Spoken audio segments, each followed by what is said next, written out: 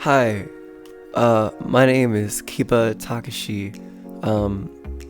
A friend of mine called Castle actually introduced me to this platform, and I thought it would be really helpful to make like an archive of videos that are really helpful to people that have probably gone through a lot of similar experiences that I've gone through in my life.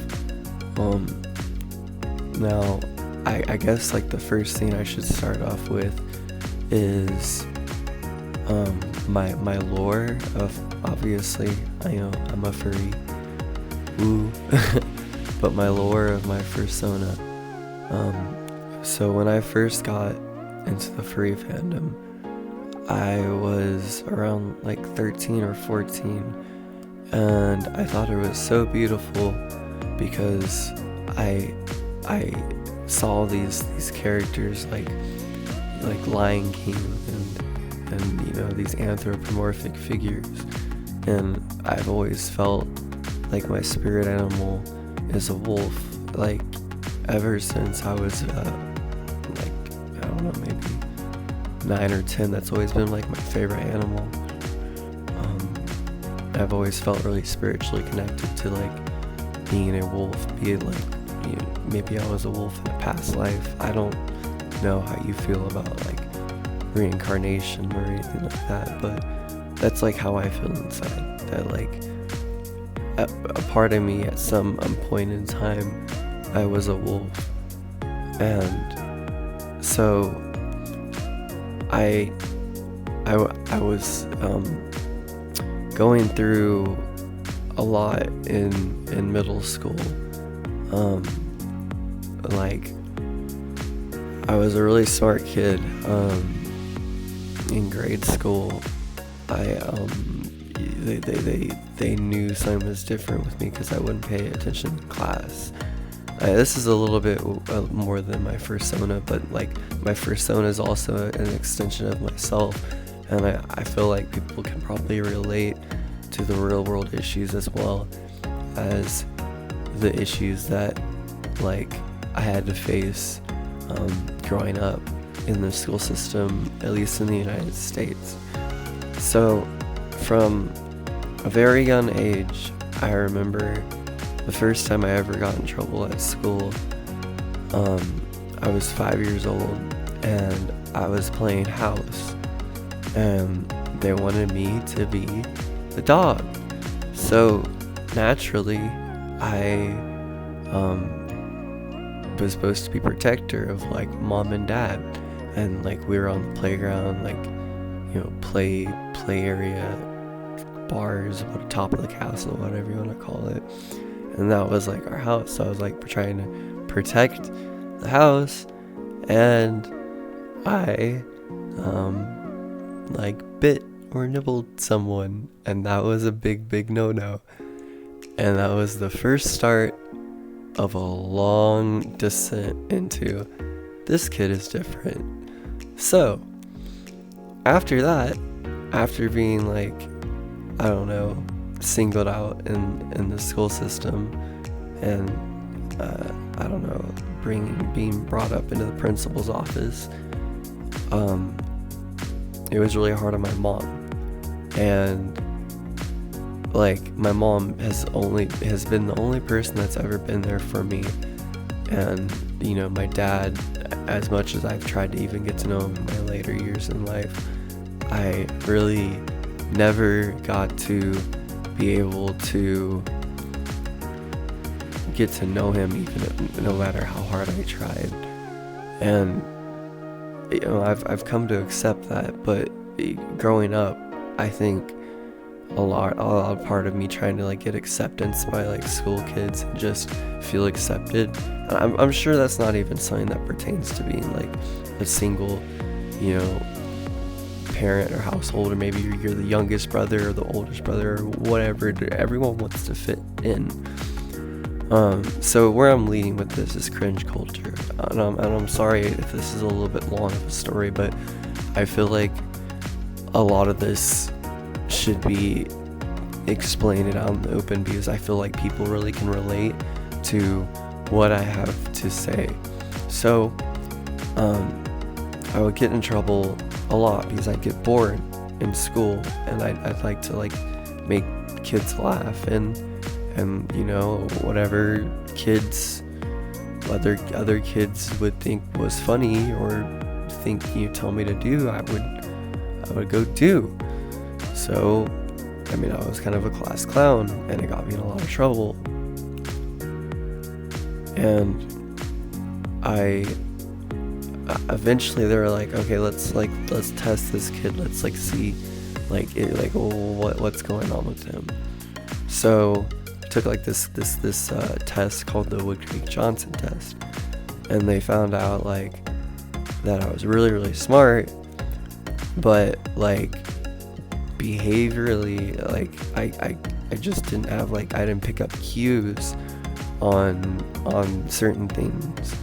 So like what they saw my scores, and they moved me up a grade. And so this is 3rd grade now, and I got moved up, you know, from 3rd grade to 4th grade for one class for chemistry, and I had so much fun. It was so cool. But the other kids would pick on me because I was a 3rd grader in a 4th grader classroom, and it just wasn't a good. It's not good to be in a different place or level because you're singled out, and that's kind of how I felt about being a furry. So fast forward, you know, I keep acting out in school, and eventually, you know, I've constantly being pulled into the principal's office just because of like stupid shit I would do, like pulling the fire alarm, you know, just dumb kid stuff. Like I remember one time I was in the principal's office for saying a bad word, and there was like scented crayons on the table next to me, like, and I wanted to know what one smelled like. And so I grabbed the chocolate crayon and I started drawing on the table because there was no paper. So like I can't draw on my skin. It's like I wanted to smell and see if, like, you know, if it really smelled like chocolate. And so I did that, and they called it vandalism. So just to give you an idea of the crappy school system that I grew up in America, these are some of the things that I had to go through. I don't know what it's like for people now, but I'm sure things are still difficult. And even like, alright, so being moved to a different school because I didn't fit in with our kids, I was causing too much problems. So I kind of just started to keep to myself. And like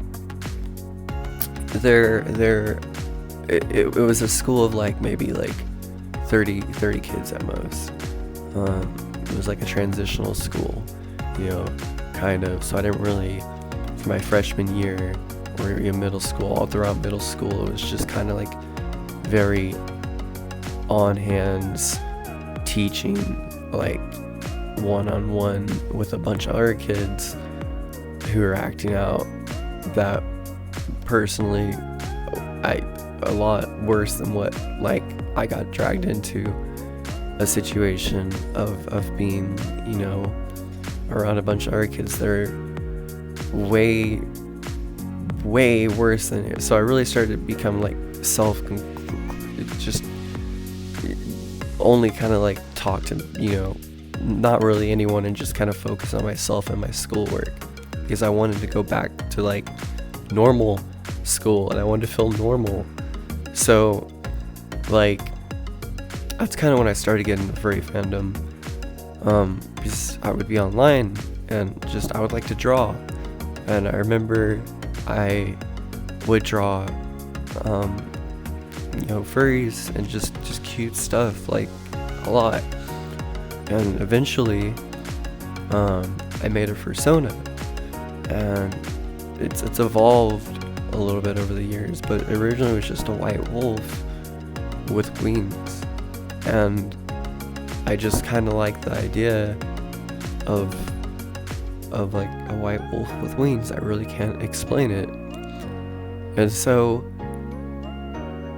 I remember the first time I ever got, after transitional school, I got moved over into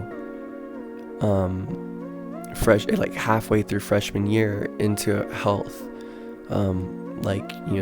health education, and I was drawing furries in class, and someone noticed that I was drawing furries in class. And this is what brings me to cringe culture and really what I want to talk about. And I'm sorry that it's been like kind of a long story to get to this, but it's really, I feel like again, like a lot of people can relate. So, here I am, I'm drawing furries in school. I never really had social interaction, so I never like knew about cringe culture or knew how much hate furries got. But I just got completely annihilated over just my art, and I was finally starting to get good at like being an artist and making things and being creative. And I do feel like for a long period of time, my Fursona, like a part of me actually died like inside. So that's kind of why I have the wings, because later on I had someone really special who brought me back into the furry community and really just kind of made me feel like you shouldn't give a fuck about what other people think. You should be yourself. If you want to have a fursona, what's the big deal? Like, it's not as fucked up and just messed up as the internet likes to make things seem. So I guess what the point of this video is to explain that, like, one, the school system's fucked in America. I think hopefully there'll be some changes. I mean, when I was growing up, like, not a lot of disabilities or like things were really known about, and now I feel like hopefully moving forward in the future, kids, especially with VR and just like you being able to have like a certain classroom environment, like people will be able to learn better and people will be able to teach better, and things won't be as bad as they were in the past.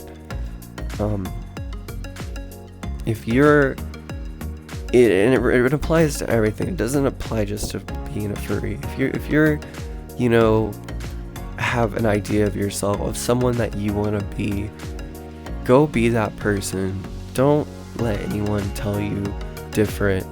Don't let your parents tell you different. Like, don't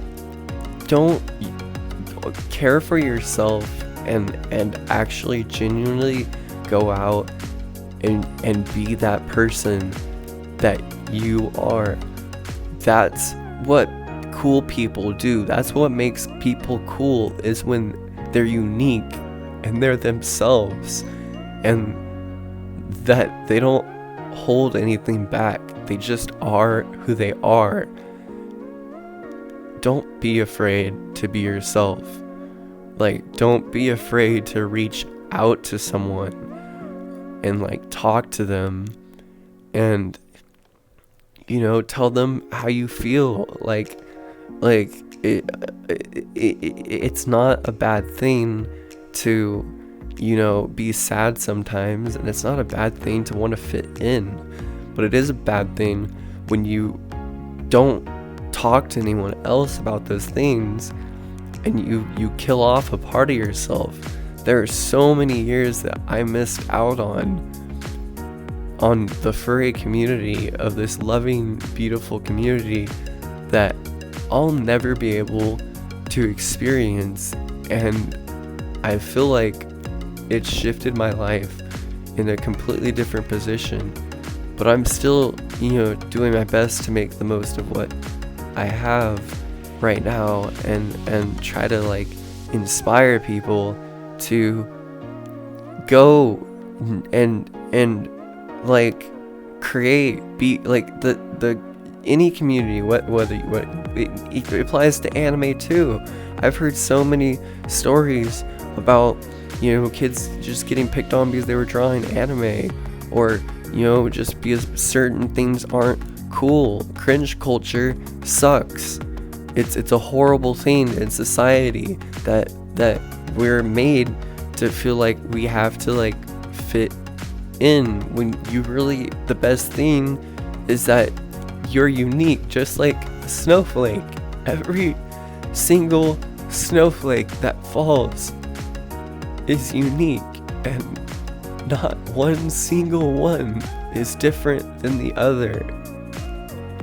Everyone is a special snowflake, and cringe culture needs to be stopped. I love you guys. I'm sorry this is such a weird, emotional first video, but I also feel like it's a powerful one. So yeah, I love you guys.